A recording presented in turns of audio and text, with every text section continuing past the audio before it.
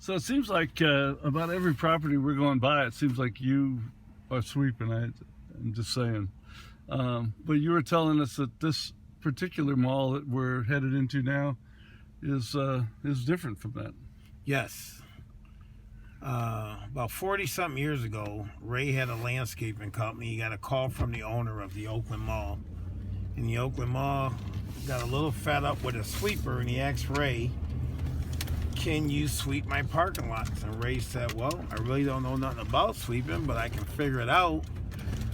So Ray came out and he started sweeping, and he ended up buying a sweeper. And this was the first customer, Oakland Mall, right on the corner of 14 Mile and John R, I-75. And that was 40 years ago. And we still have this customer to the day. We perform a lot of services for these guys, and it's been a great partnership over the 40 years.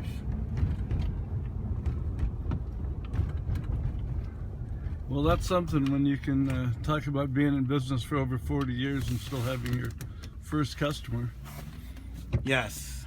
And, well, like I said, everything in life, no matter what you do, is about a relationship. And it's not that everything goes perfect all the time, but when they know that you have their best interest in mind, even when you have a mistake, which we rarely have a mistake, they're more forgiving. And when you admit that it's a mistake and handle it, I bet. Yes. So, but anyway. And like you were telling me, we're talking about, being fair with your customer and, like you say, having a relationship. What was that saying that you told me a little while ago that had something to do with sheep? Oh, one thing about it is we're fair. We're fair with our customers. We don't try to scap them. A famous asphalter named Shelly Hayes, who really made a niche in the asphalt business here in Michigan, and I used to work for Cadillac Asphalt before I came to C&J. And how long have you been with C&J? Pretty close to 20 years now. All right. And Shelly told me one time we were on a job, and I saw opportunity to make more money, and Shelly decided to just throw in a little bit of work. And he says, Rob, you can skin a sheep, you can shear a sheep 1,000 times, you can only skin them once. And that taught me a very valuable lesson about how to treat a customer, is that you don't have to charge for everything. And some things you need to charge for, and sometimes the guy will call you and you just say, you know what, I'll take care of it, don't worry about it. But sometimes there's situations where people call at the last minute and it's very inconvenient, so you have to inconvenience one of your workers. Just so happened this time it was a mechanic, and a guy was having a grand opening, and we just so happened to have an early snowfall, and there was salt all over the walks for the re-grand opening of a Myers department store.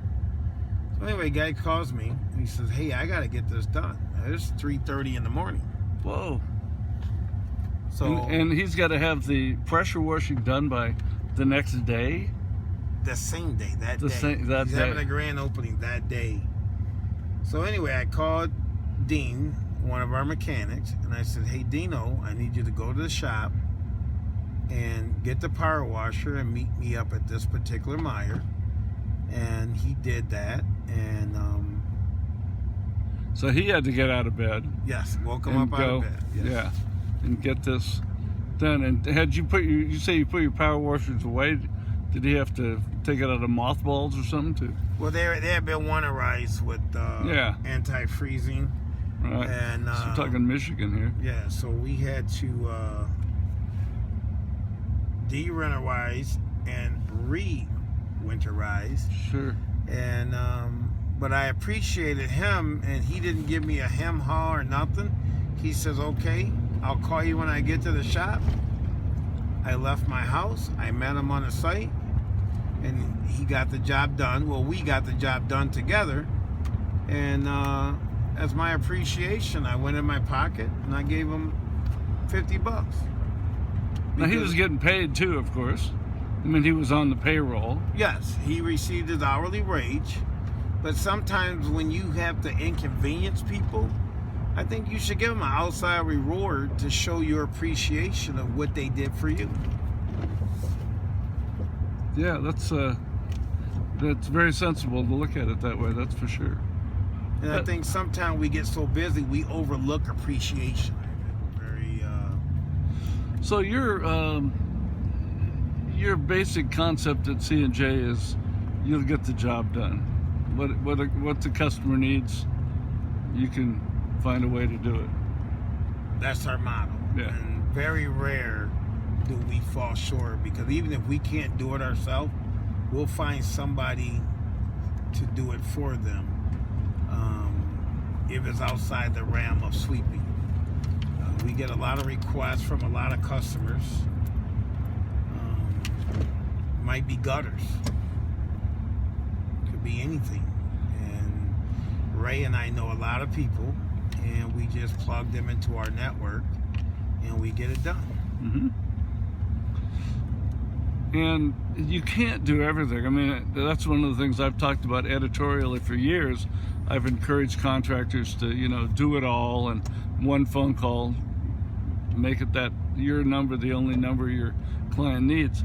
However, in the situation where you and I were just looking with one of your roofing contractors, you can't do the roof and at the same time do the gutter and at the same time do the brickwork and solve all of those things. And then he came back and said, it's really looks to him like it's the air conditioner. So then you got to be an air conditioner expert, and that's like trying to make all the mistakes yourself.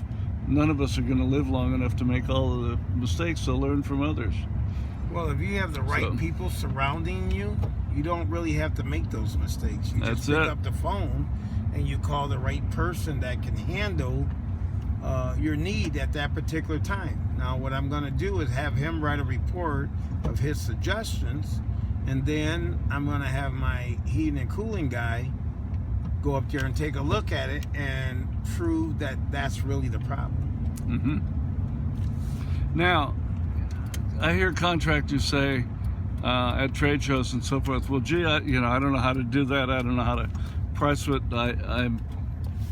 How can I be an expert on those different things? But your experience has been, I know, because we've talked about it off camera, is that people, when you're having work for one of your contractors throughout the year, you have a lot better chance of getting a great job done than for somebody who just has maybe never had that kind of work done before ever. Yes, and the thing about it is you have to build relationships. You just can't go through the phone book and say, hey, I found a heating and cooling guy, because when that guy goes on the property, he's representing your company.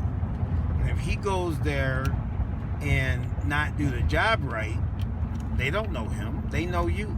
Yeah. So you're the one's going to have the bad taste in your customer's mouth because something didn't go right. So over the years, we've built relationships with a lot of people. We do a lot of networking, and we find out who's the best at what they do, and that's who we use.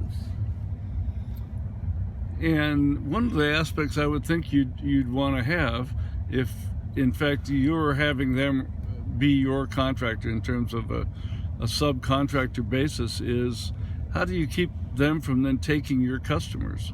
I mean, so they might have a property manager that is managing over 4 or 5 centers. How do you keep them from going around you? Well, is that anything to address? Well, in almost 20 years, you could do a non-compete, but what does that mean? It's a piece of paper where if they go in, you can sue them, and you have a legal battle. But like I said, when you build relationships, you're also building trust. And whether I go do a job for somebody else or they go do a job for me, you have to be able to trust. And I get people that call me up to do work for them, and I've had the customer call me directly and say, I need you to sweep this, and I'll let them know you have to call the company that hired me originally. Yeah. And it's called being honest. So you're talking about something you're calling you take the time. So, and our supposition is you're going out and you're going against somebody who has looked at the property online, Google Maps, whatever, and they figured out how much to sweep it for, how much to whatever you're going to do, power wash, etc., right? So what were you saying about that? Well, I was just saying, sometimes you go and you have to, because it's almost impossible now to go see every job. At least it is for me. But there's certain jobs I know to go look at in person, because I know that there's going to be obstacles that you can't see online. And I have got caught with my pants down, bidding a job online and assuming things, and you get out there and you want to know why it took a guy 5 hours instead of 3 hours. It's because you didn't go look at it. So I was bidding some parking structures, and I guess the customer told me that the guy gave him a bid, and I said, well, did he come out and look at these? He said no. He said he looked at them online. He's pretty sure he could do it for X amount of dollars. Well, I went out there and walked. So let's say he said, hypothetically, I can do it for $500. Right. So then you go out and so you got to be under $500 if you're bidding by price. Yes. So what happens in your case? Well, you go out, you meet the guy, you gain his confidence, and you walk the property with him, and you show him obstacles that the guy bidding online probably couldn't see. And once you show him those areas, you can justify charging a higher rate. And the fact is that if you show him those areas in person anyway, you can certainly say the person online doing this online may well not have seen these things, these items. Yes. These are the kinds of things that we come out in person to give you a good price, because the only way we can have a good solution to your problem is by having a good price. Yes, sir. Because that's one of the things that you were talking about too, is that throughout your network of keeping the companies with you on whatever it is they need. Yes.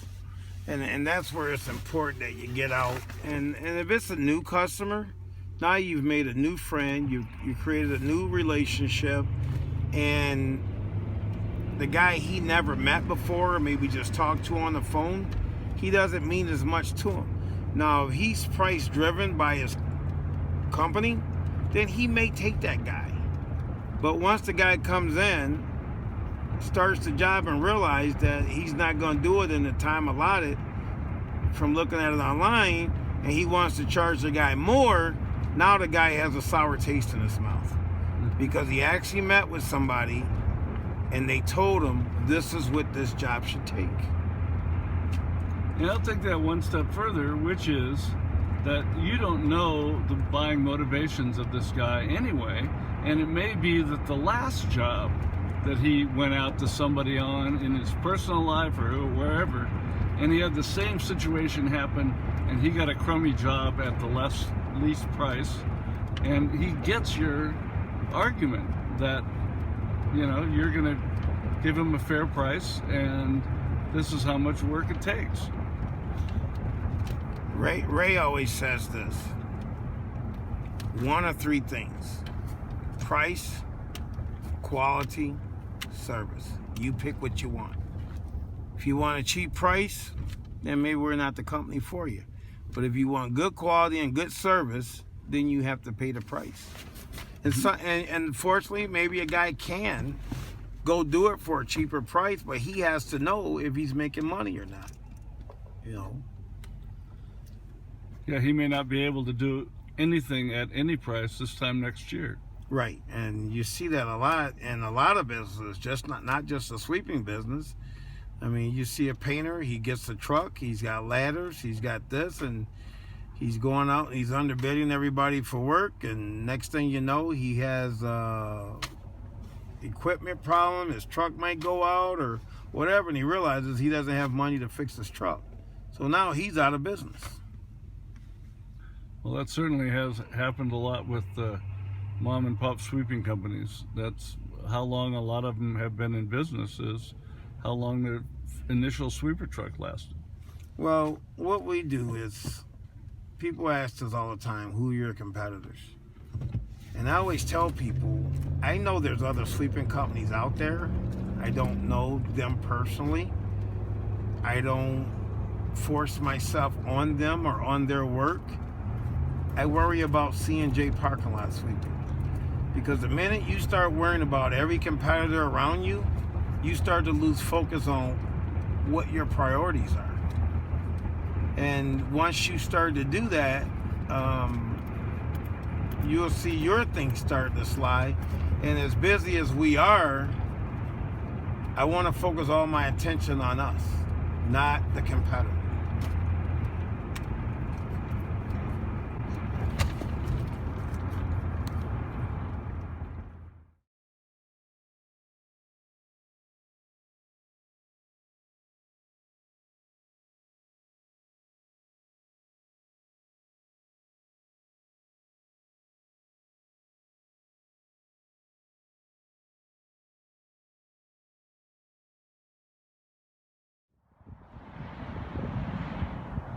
So this video is being taken at the office of C&J Parking Lot Sweeping in Warren, Michigan.